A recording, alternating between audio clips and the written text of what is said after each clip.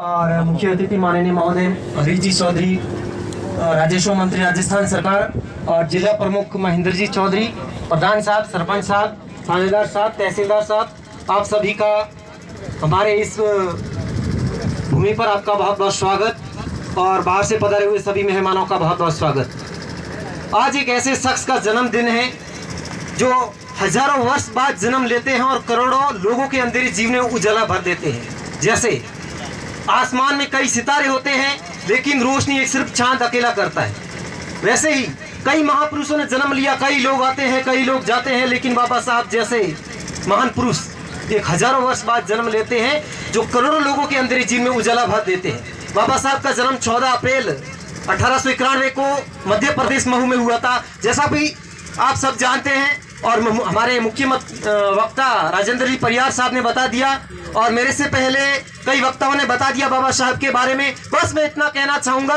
बाबा साहब ने कहा था कि सामाजिक एकता के बिना राजनीतिक सत्ता प्राप्त करना नामुमकिन है।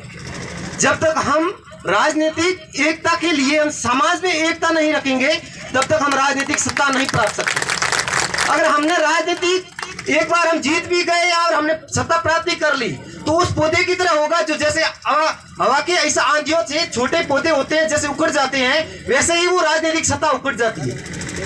और बाबा साहब ने कहा था कि शिक्षा वो शेरनी का दूध है जिसे पीकर हर कोई दहाड़ सकता है। शिक्षा जिस इंसान के पास में होती है, वो चाहे गरीब हो या अमीर, वो कोई माया नहीं रखता, उसके पास शिक्षा नॉलेज होना चाहिए। नॉलेज इज पावर, नॉट एक बॉडी।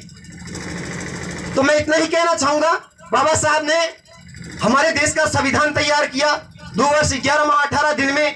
जो संविधान, जिस संविधान को देकर आधार लेकर दूसरे छोटे छोटे देश, बड़े बड़े देश इस देश का संविधान लेकर अपने देश को चला रहे हैं। यहां तक कि हम बाबा साहब को सिर्फ हम भारत में ही नहीं, हमारे यहाँ भी नहीं, पूरी दुनिया बाबा साहब को एक अपना विश्व प्रणेता मानती है। कोलंबिया एक यूनिवर्सिटी जो विश्व की एकमात्र एक महान एक बड़ी यूनिवर्सिटी है, जिस यूनिवर्सिटी के आगे बाबा साहब को एक प्रेरणा स्रोत मान के उनकी मूर्ति लगाई गई है। एक जरा सा मैं कहना चाहूंगा कि जो हम बाबा साहब की मूर्तियां लगाते, माल्यार्पण करते, तोड़फोड़ हो जाती है, उससे वो मायने नहीं रखता कि मूर्ति के क्या हो गया।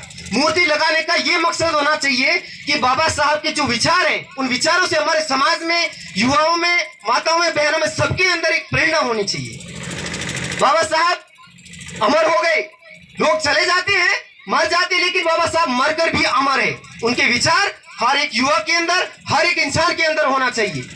बाबा साहब ने न कि सिर्फ SC या सिर्फ किसी एक वर्ग के लिए नहीं किया, बल्कि मानवता के लिए। जहां पर एक मानवता स्थापित हो, जहां पर कोई जाति पाति ना हो।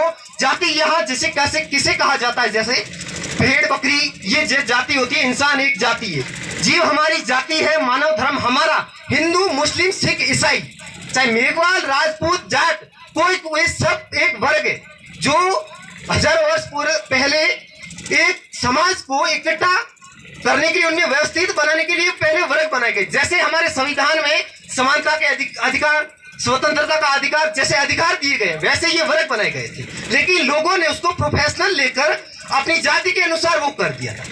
एक वक्त के साथ सब कुछ हालात बदलते हैं। बाबा साहब ने कहा था कि हम सुधार नहीं, हम परिवर्तन करेंगे। तो हमें भी एक समाज में एकता रखनी है, न कि ये किसी वर्ग के लिए। सभी हम एक इंसानियत के नाते हर सब लोग एक साथ मिलकर एक हम आप अच्छे इंसान को सुने।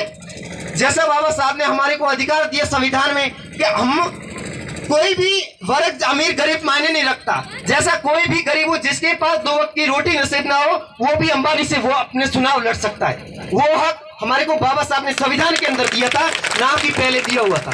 हम राजा के सामने जाकर अपनी बात नहीं रख सकते थे और हमारे मंत्री महोदय जो बैठे उनके सामने हम अपनी जाकर दिल खोलकर बात रख सकते हैं और हमें आशा के अनुरूप वो अपने हर एक मांग पूरी करते हैं। जैसे प्रधान साहब ने पहले बालिका छात्रावास की बात की तो उन्होंने भी हमारे मंत्री साहब ने सुनी। पहले हमारे जो जमीन की मांग की थी उन्होंने भी आवंटन करवाया। पेयजल की मांग की थी, जो कि ये जो नहरें बह रही है, लिफ्ट नहरें, वो भी व्यवस्था करवाई।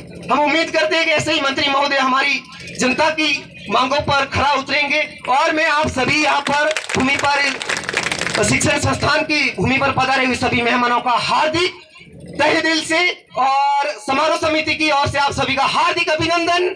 और मैं अपनी भाषण के अंत में मैं कहना चाहूंगा, क्रांतिकारी जय भीम, जय भीम, जय भीम। मैं बोलूंगा जय जय भीम, आप बोलोगे जय जय भीम, जय जय भीम, जय जय भीम, जय संविधान, जय जय भीम, जय संविधान, जय भीम। नीला सलाम। आप सभी का बहुत बहुत आभार। Thank you so much.